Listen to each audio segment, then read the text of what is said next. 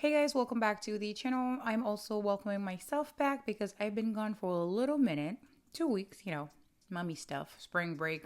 But I'm back and today's episode is crazy, okay? This guy was just beyond special. He was a huge dude who stood at 6'9" and about 250 pounds. Oh my gosh, I don't think you understand how huge this is. He was big, okay? He was a towering figure with an IQ of 145. He was a charming, as they always are, but again, as always, behind his soft-spoken demeanor was a monstrous serial killer. This guy, infamously known as the Coed Killer, committed some of the most gruesome murders in U.S. history. Between May 1972 and April of 1973, he unalived 8 people, and amongst those victims were some of his family members. Yeah, you heard right. I could not make this thing up. His family members, okay? He was just not right. He would engage in necrophilia with his victims and he would decapitate and dismember their bodies. Yeah, very nasty and very sickly. Who exactly are we talking about? Let's get into it. Edmund Emil Kemper III was born on December 18, 1948 in Burbank, California. His parents, Clarnell Elizabeth Kemper, named stage, and Edmund Emil Kemper Jr., had 3 children, and he was the only son. The mom was a domineering biatch who belittled and abused her family. She was described as highly annoying, overbearing, and just plain mean, so much so that the dad, who was a World War II veteran and also worked as an atomic bomb tester, said that he would rather spend 390 days and nights fighting in the war than to deal with the mom. Yeah, and that the mom did more of a number on his psyche than the war did. Okay, I am baffled. This man put his 2 lips together, top and bottom, and said that the suicide missions that he went on during the World War was nothing compared to living with his wife. That is crazy. What was this lady doing? Like, was she that bad or is he being unreasonable? Like, what? Suicide missions are better than living with your wife, sir? That is crazy. But that's just to give you an idea, if they're right, of what the mom was doing to specifically the man and the family. So needless to say that things didn't work out between them and the couple ended up separating and later divorced. And of course, that didn't help Ed's situation at all. At an early age, he started showing signs of antisocial behavior, such as removing the heads of his sister's dolls and killing animals. Case in point, when he was around 10 years old, he buried their pet cat alive. Yeah, not a stray cat. Their pet cat, which means he knew the poor cat. He was familiar with the poor cat because the poor cat lived with him. But no, he buried the poor thing alive and then he dug the cat out of the ground, decapitated it, and then put the head on a stick. I cannot. This kid should have been locked up in a psych facility at that moment in time, expeditiously, quick, fast, and in a hurry, because explain yourself, sir. How is this normal behavior? Mpa kompren yo te supposé tout pran li yo ferme l'on kote. Paske mse pa normal, tête li pa droite. What do you mean you put the cat's head on a stick? What made you cut off his head in the first place? Mpa kapab. But wait, he is not done. He got such pleasure from this little incident, especially from lying about it to his people, that he decided to do it again. A couple years later, he killed another family cat because he was like, how dare you prefer the cat over me? Because his sister, I guess, loved the cat and he felt like the cat was taking the attention away from him. So he killed the poor cat. And then he cut the cat into little pieces and just kept the pieces in his room, in his closet. Like, oh my gosh, that is like so sick and like so disgusting. And again, I say, why did we not take him in right then and there? That is code for I am cuckoo for Cocoa Puffs and I need to be away from the rest of society. That is a very loud red flag. Why did we not take him in? Or at least for an eval, see what's going on up there. But they dropped the ball. I know some of these people, they do these things and people are unaware, but people knew this boy was killing them cats and decapitating their heads. And like removing the heads of dolls. Like, no. Now, he was already a sick boy, and his environment didn't help at all. After his parents divorced in 1961, when he was about 13 years old, he was sent to live with his mother in Montana, and it was said that that was one of the most dysfunctional relationships of his entire life. His mom was neurotic, like I said before, very domineering, and an alcoholic, and she belittled, humiliated, and beat him as many times as she felt that she needed to. His sisters also weren't helpful. They tried to kill him twice. Like, seriously, who does that? That's your little brother. And then because he was so big and tall for his age, they made him sleep in the basement because they were afraid that he was going to do stuff to hurt his sisters. That is crazy. I understand, like, there is an age a little boy gets. You don't want them sharing a room with their sisters and whatnot. But yeah, I ain't never heard of a couch in a living room, or I don't know, just sleep on the carpet in the living room. Why he gotta go down to the basement? And y'all locked the door.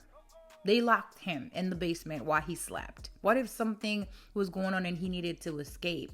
That was just crazy. The mom was just angry, just gangbanging on eggs and bacon because she just woke up angry every day, according to Ed. You know, I wasn't there.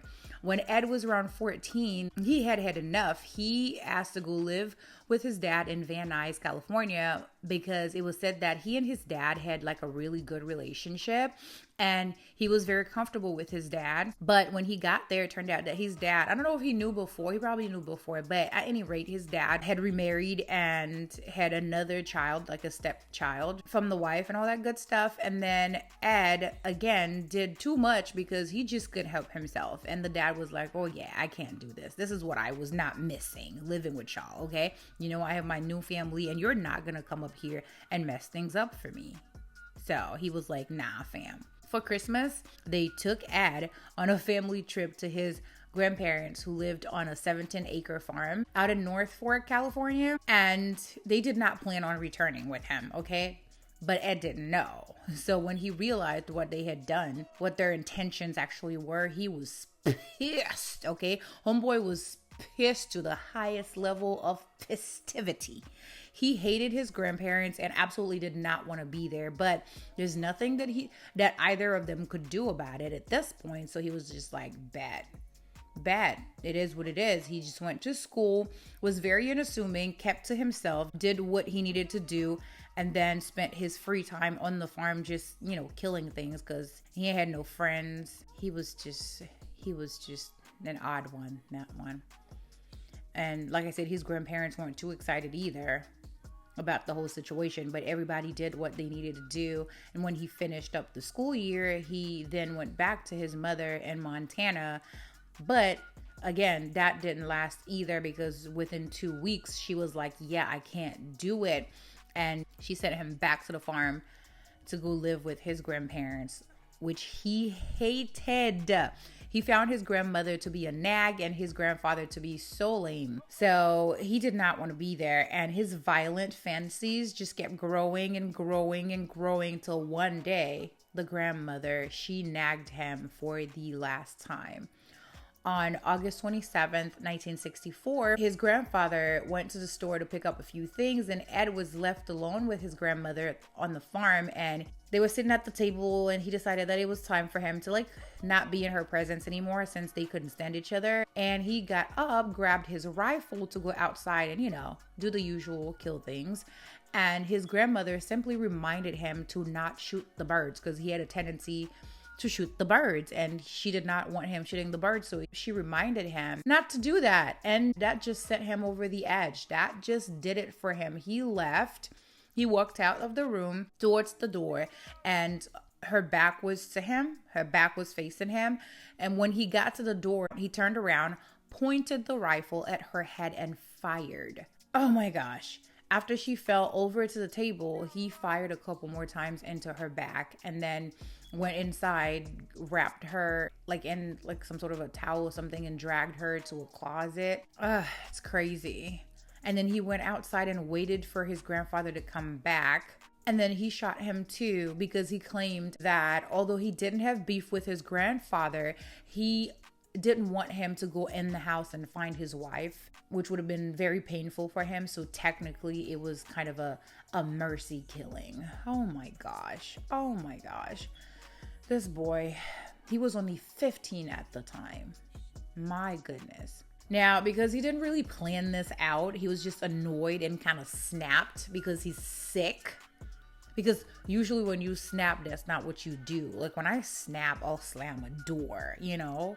Worst case scenario, I'll throw something. That's me snapping, or I'll raise my voice. But anyways, he's sick. He's sick. And so he did not have a plan. He ended up calling his mother after, you know, the double homicide, and he told his mom what had happened, and the mom told him to just call the police, which he did, and they took him in for questioning, and he quickly confessed to the murders and was sent to juvenile hall while they decided what to do with him, because like I said, he was only 15. After a few rounds of testing, a psychiatrist diagnosed Ed as a paranoid, schizophrenic, and psychotic, and he was then admitted to Atascadero State Hospital, which is a maximum security facility for the mentally ill convicts, on December 6, 1964, and he stayed there for about 5 years up until he was released on parole in 1969. Now, you already know, if you've seen my videos, that I'm not a fan of parole, okay? I don't care how great of a model citizen you have become while you were in there. You are to serve the maximum of your time if you unalived people and messed with little kids. That's my stance on the whole parole situation. If you unalived people and you mess with little kids, I am not here for you being paroled. I don't like that. No paroling. And he had mental diagnosis, you know? So I'm like, why is he out? Why is he out? But remember, when I say he was very smart, he had a very high IQ. When he got there, he charmed his way into the hearts of the doctors. And then they were like, oh no, he doesn't suffer from paranoid schizophrenia. He's not psychotic. He's more or less normal. Maybe he has like a little bit of a personality trait disturbances and maybe a little passive aggressive type, but there's definitely no paranoid schizophrenia going on with him. Yeah. Oh my gosh. They fell for it. They fell for his charm, and he became such a model prisoner that he was even helping to test other sociopaths in there, like other convicts, other serial killers.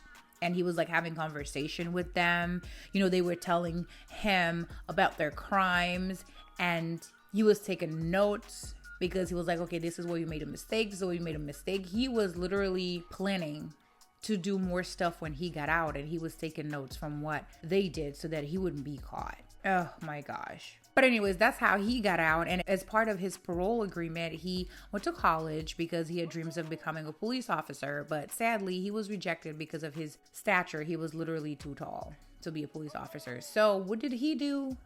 Ed here did the next best thing and got himself a motorcycle and befriended as many police officers as he could, because he figured that's the closest he would ever come to law enforcement. Unless, of course, he was caught, you know. Now, when he got released from Atascadero, it was specifically instructed for him not to return to his mother. But guess what they did? They sent him back to his mother. Yeah.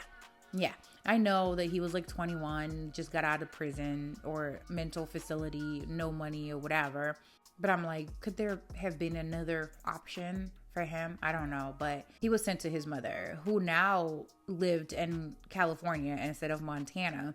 Now, Clarnell was living her best life, had a good job, and she lived in a quiet neighborhood and was very quiet up until her son showed up. And then the neighbors were like, oh, it's loud in there. They're always fighting. And I don't know. They don't get along, which is why the hospital was recommending for him not to go back there to live with her. But, you know, these people, they're going to make their mistakes, you know? But Ed didn't intend to live with his mother forever. Like, he knew they didn't get along. He knew, like, how much she verbally abused him and belittled him and all that good stuff. So he had a plan. He took several odd jobs and finally saved enough money to rent his own place. He had a roommate, but at the end of the day, he was not living with his mom anymore. So that was a plus for him. But then he said that his mom continued to like hunt him down and berate and belittle him. Like, why wouldn't you just leave him alone? I don't know why this lady was like so obsessed with making sure that she hurt her son. Like, do you hate your ex-husband so much that you would just take it out on your son? Like, did Ed look like his dad? I don't know. But anyways, later on, Ed bought a car that looked very much like a police cruiser, and he would like deck it out with equipment like a radio transmitter, microphone, a large antenna, just because he was still trying to live out his police officer fantasy life. Yeah. In the early 1970s, California was a hotbed of hitchhiking culture. College students frequently accepted rides from strangers, never suspecting that one of those drivers would be or could be a serial killer in disguise. But that little situation is one that would work out great for Ed. He took full advantage of the fact that young women were hitchhiking a lot. He started to pick up hitchhikers from his car, basically trying to get a feel for what it would be like when he actually started to unalive them. He was, testing the waters, so to speak. He would pick them up. He would see how they would interact with him, figure out how to gain their trust. He would always drop them off at their destination, but he was having violent fantasies as he was driving them around. But he also knew that it was not time. He needed to get all the details taken care of, like the kind of weapons and gadgets, things that he was going to need to like situate his victims, and he needed to stake out areas where he could actually take them and not be seen. So he planned this whole thing for a while before he actually engaged in the behavior again. And after he worked so hard and for so long, he decided that May 7th, 1972 was a perfect day for him to strike. Oh, this man was sick. 18-year-old Fresno State College students, Mary and Anita, would seal their fate when they hitchhiked a ride from Ed to go to Stanford. After driving around for a bit of time, he took them to a secluded area. Once there, he pulled out his weapon. He forced Anita in the trunk, and then he handcuffed Mary and laid her face down in the back seat, put a plastic bag over her head, and grabbed like some sort of a cord and started to strangle her. She resisted. She bit a hole in the plastic bag. Then the cord kind of like snapped and became undone from Ed's hands or whatever, and then that just did it for him. It sent him over the edge. He got so upset that he pulled out a knife and stabbed her in the back so many times, and she tried to fight back and scream and everything, but it was of no use. He eventually wore her down, and he most likely did the same thing to Anita, and then he drove the bodies to his apartment, where he proceeded to have intercourse with the corpses before dismembering them and putting the pieces in plastic bags to dispose of them. He, however, kept their heads a little bit longer because he wanted to put his pee-pee, he wanted to put his pee-pee in their mouth, and be pleasured by their heads. It's so hard to describe this. That is just beyond crazy. That is so dysfunctional, so gross, so out there. They found the heads and some of the pieces of one of the girls, but they could never find the remains of the other girl. That's just too much. That is just too much. Oh my goodness. I can't. My stomach is like turning because what? It's literally just the head. You just put your pee-pee in there. There's no life in their mouth. It's just the head. But a sick person is gonna be a sick person, I guess. I don't know. But anyways, no one suspected Ed of anything because he was kind of like, nice, calm, cool, and collected, I guess. So he continued to prowl. A few months went by before he gave into his urges again. On September 14, 1972, 15-year-old dance student Aiko missed the bus to her dancing class and decided to catch a ride, and sadly Ed was the driver. He again drove her to a secluded location, taped her mouth, and tried to suffocate her by covering her nose. She started fighting back, but then she lost consciousness. She came to moments later, but Ed started to suffocate her again until this time she stopped breathing completely. He then took her body out the car, put her on the ground, and had intercourse with her, and then grabbed her scarf and strangled her again just to make sure she was in fact not alive. Afterwards, he put the body in the trunk and then drove from the scene. That guy was just so bold. He made a few stops on the way home. He stopped for beers at a bar, and then he went to his mom's house. And then every now and again, he would open the trunk to look inside just to admire his work or whatever, what he just did. I don't know. Like, it's just weird. And then late that night, he brought the girl's body into his apartment, put it on his bed, dissected the body just like he did with the previous ones, and then got rid of her remains in like different locations. He dumped the head somewhere and the rest of the body in a different place, which made it very difficult, one, for them to find, two, for police to not even know what the heck is going on. Like, you find pieces of people in different places. It's very difficult to like put a trace on anything. Now, I'm not sure if he felt like the strangling and stabbing were taking too long or too much of his strength or whatever, or was tiring. He decided to purchase a weapon, and on January 8th, 1973, he picked up Cindy, forced her into the trunk of his car, and shot her with his new weapon. Now, he had recently moved back in with his mother, so he took the body there. And I'm like, no one noticed anything. This guy just kept carrying bodies or corpses into his house. No one noticed anything. No one is sitting somewhere sipping hot tea and looking out their window or something. Nothing. But anyways, he took the corpse back to his mom's house, had intercourse with her the next morning. Like, she spent the whole day. So yeah, the next morning after his mom left for work, he had intercourse with her, and then he proceeded to dissect the body. He again kept the head for a few days so that he would put his BB in her mouth to pleasure himself. Ugh. He then buried the head in his mom's backyard, and then he threw the rest of the body parts of a cliff after, of course, placing them in plastic bags. This guy, oh my goodness. On February 5th, 1973, he got into it with his mother. He got so angry, he stormed out of the apartment and just found two more victims. He picked up two people, Rosalind and Alice. I don't know, he was so mad this time around. He didn't even stop to find a remote location. As he was driving, he shot both of them and just pulled over somewhere and transferred the bodies to the trunk. Again, no peeping neighbors, nothing, no one saw anything. It is crazy how lucky this guy was, because this time he just decapitated them on the street corner. He pulled the car around on the street corner and decapitated them there, not inside, okay?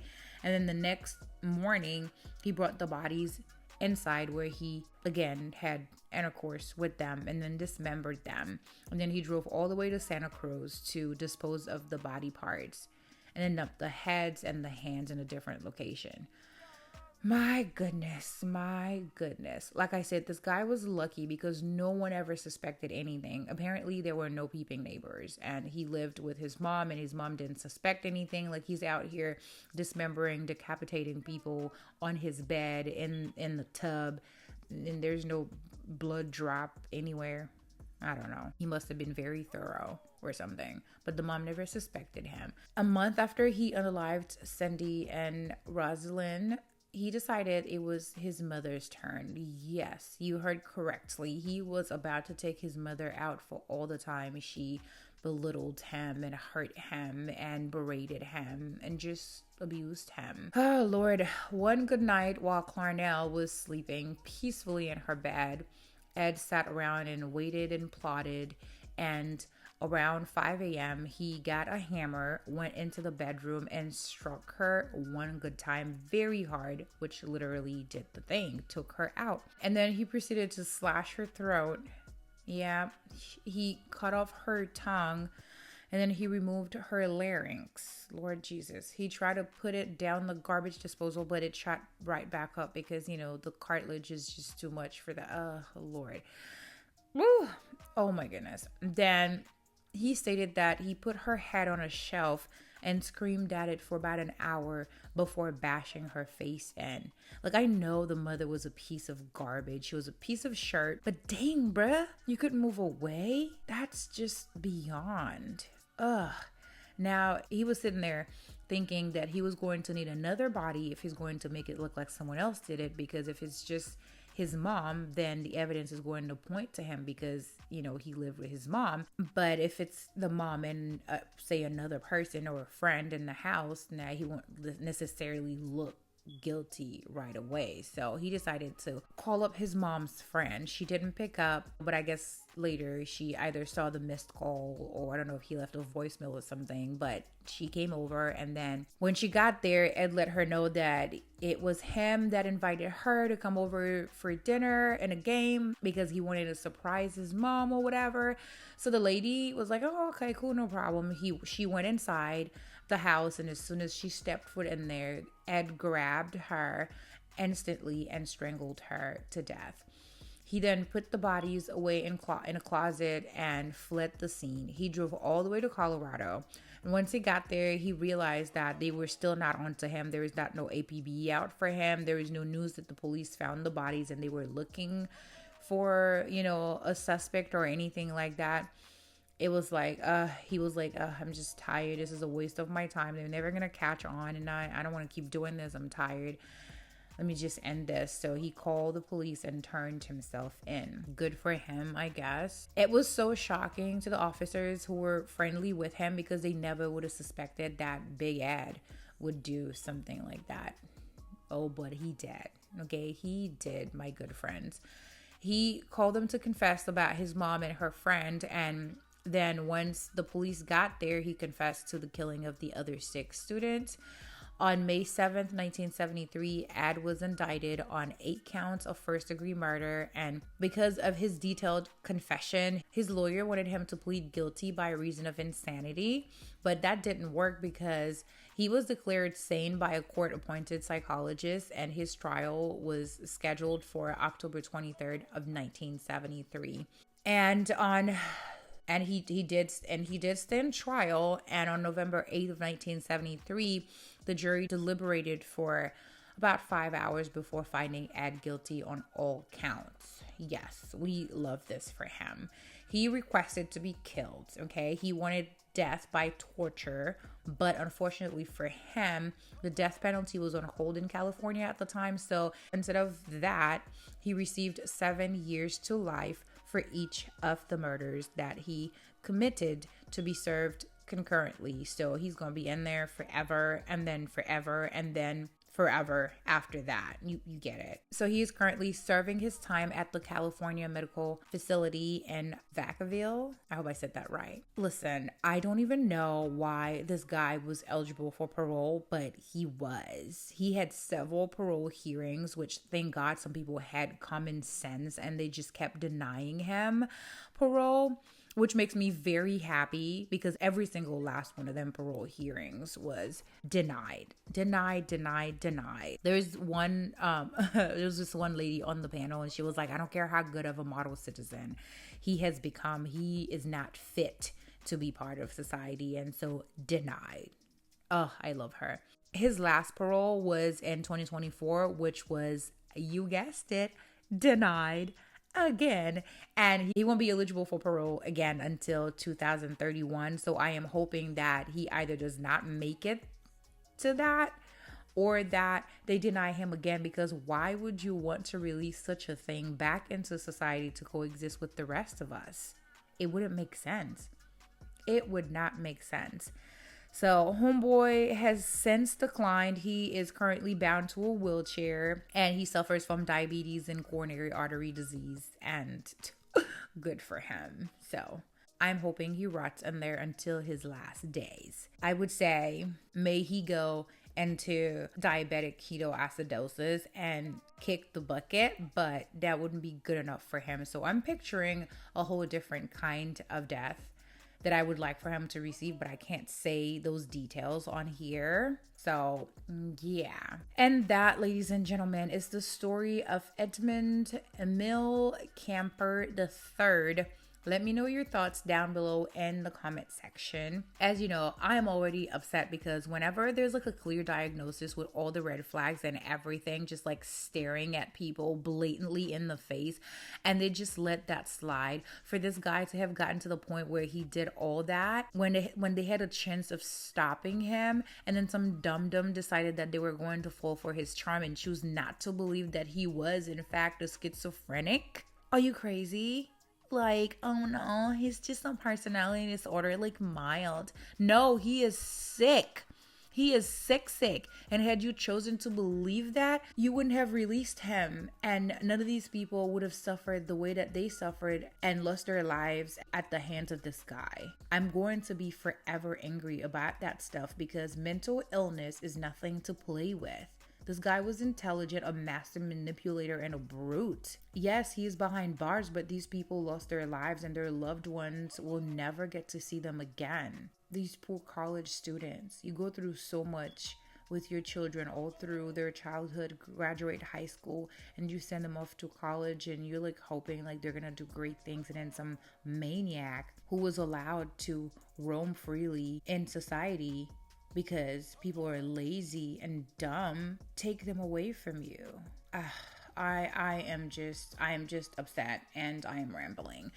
Anyways, that is all I have for you guys today. Let me know what you think down below in the comment section. As always, thank you guys so much for watching, and please don't forget to like, comment, share, and subscribe, and I will see you guys in my next one. But until then, I hope to see you in the comment section. Bye.